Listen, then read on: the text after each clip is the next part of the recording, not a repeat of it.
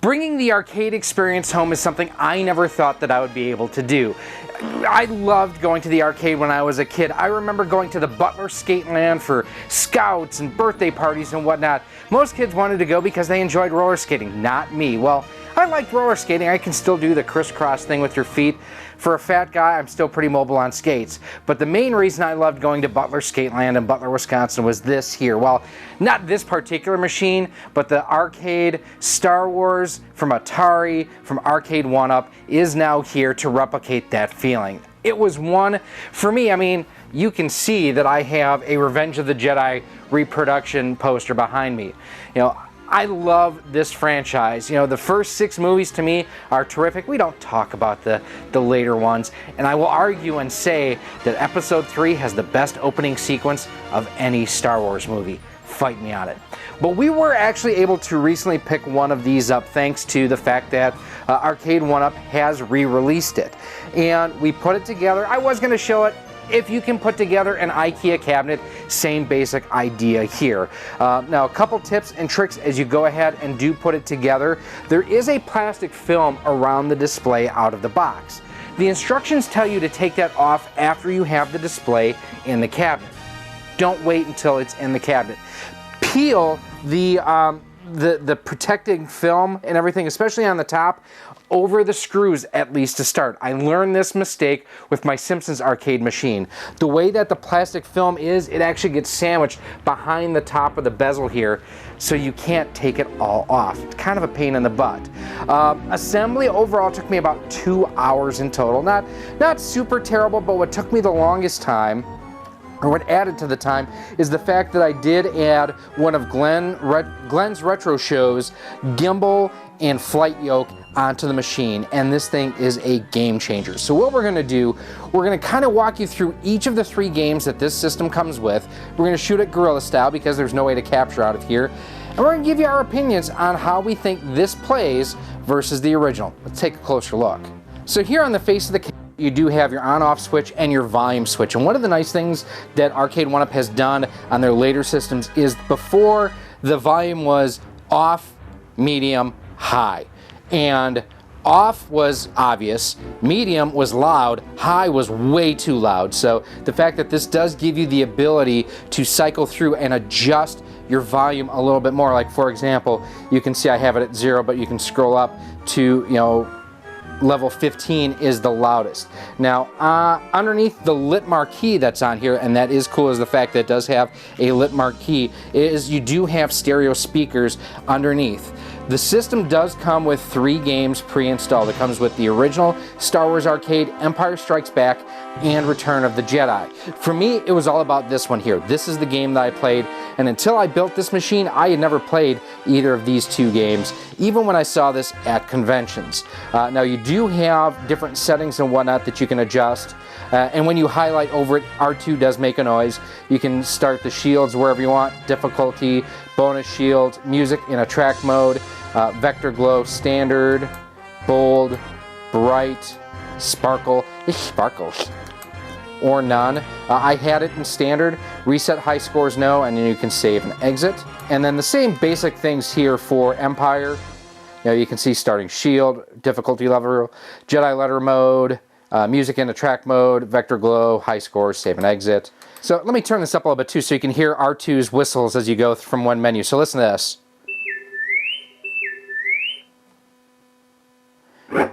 And now here in Return of the Jedi, you know, starting life, bonus life, difficulty, scan lines, on or off, save and exit. That is way loud, so we're going to turn it down quite a bit here. We are going to put it to level 8. And now, let's just play the game, because that's why we got it, is to play the game, am I right? So we're going to dive first of all into Star Wars. And you do get kind of this same splash screen. Love the hyperspace effects that we have here. So you can see my reflection there. I have played a few times. You can see my initials down there. Yes, I am a geek, not a geek. Now the one thing that is a little bit difficult here is shooting while playing, just because of the way the camera setup is and everything. So here you can adjust your difficulty level depending on what you want. You've only got a few second countdown.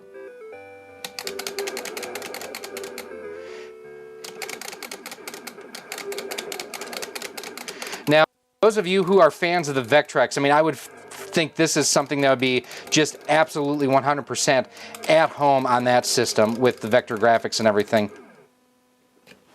Pump up the volume just a little bit. Got that one, got that one. As a kid, the voice acting on this, or the fact that it actually had digitized voices, always blew my mind. Now, I will say on the GRS flight yoke, the triggers feel fantastic. You can also use the top button as well. Like, can you imagine this as a kid back in the 80s? There we go. We done blowed it up, sir. You know, this was the height of realism in arcade gameplay, and we absolutely loved it. We'll go ahead and do one more round here because I want to show you the surface of the Death Star too. And now that we are to the second level, you can see things getting a little bit more difficult where all three of those ships were shooting at me, and we actually have Darth Vader's tie now joining the fracas. The flight yoke, I have to admit too, from day one, because of when this came out and when I played it, always reminded me of the steering wheel on Kit from Knight Rider. Got another one. Hopefully this will take me to the surface now. So now, yeah, you can see we've got the, you know, the guns on the surface. About those fighters, I'll worry about the towers. Got R2 beeping at you, which is just fantastic. I mean, there is so much, if you are a fan of the classic original trilogy here, that, you know, I have always loved. Ah, we got hit again. Use the Schwartz. The ring, forget about the ring. The ring is bupkis. Now you can see here you do also have the, you know, the obstacles to avoid as you are doing your trench run. There we go. We defeated 2 rounds on the Death Star, 2 waves. You can see right up there. So instead of doing yet another round, got him. What we're going to do is we are going to hold down all 4 triggers for 5 seconds, and this will take us to the main menu. Just like that. Pretty simple, pretty straightforward, really easy to do. So now we're going to dive into The Empire Strikes Back, and this very familiar to the first game, or similar to the first game, but this does have some additional changes to it. May the Schwartz be with you. So now here you're trying to destroy the probe droids. This is very similar to like the surface of the Death Star when you first start out. Oh, you did not shoot that stuff at me. Ooh, got that one last minute. Yeah, that one too. So now what you can do is you have ATSTs and AT-ATs that you have to fight here. There, we took down that walker. And this is almost like open world, quite honestly, because you can, you know, bank around, and there's the tow cable on that one and that one. And we've got 3 ATSTs right here. Take down another one. Got him. Oh no, my tow cables are all gone. And now you fly as the Millennium Falcon. And this is actually very, very similar to the Death Star battle in the first game. The music in this is just so good for the 80s. Ooh, got him.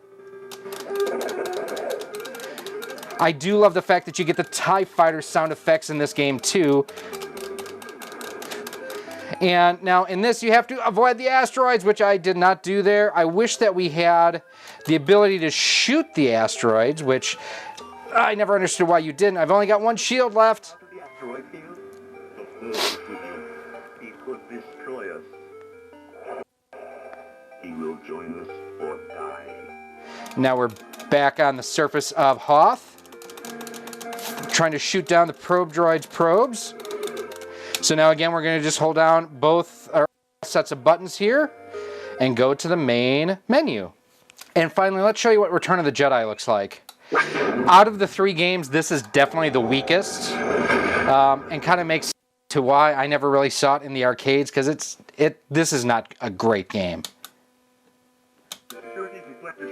So now you use the yoke forward or back to adjust your speed, and then side to side to steer your speeder bike.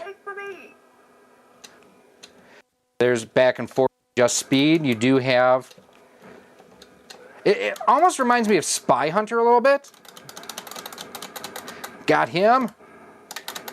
Got him there too. Ah! Dang Ewoks! And I flew into a tree. Watch out for that tree. So I think for me, my strategy on this is more about like avoiding things as I flew around the Ewoks there. One more life. Let's talk a little bit here too. I'm going to give you a close-up of the GRS flight yoke, because this thing is actually really, really nice compared to... Oh, got through there. That's legit the first time that I've ever gotten through that. Ah! I have never seen this.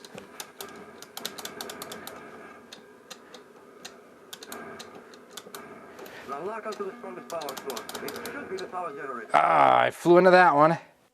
Yeah.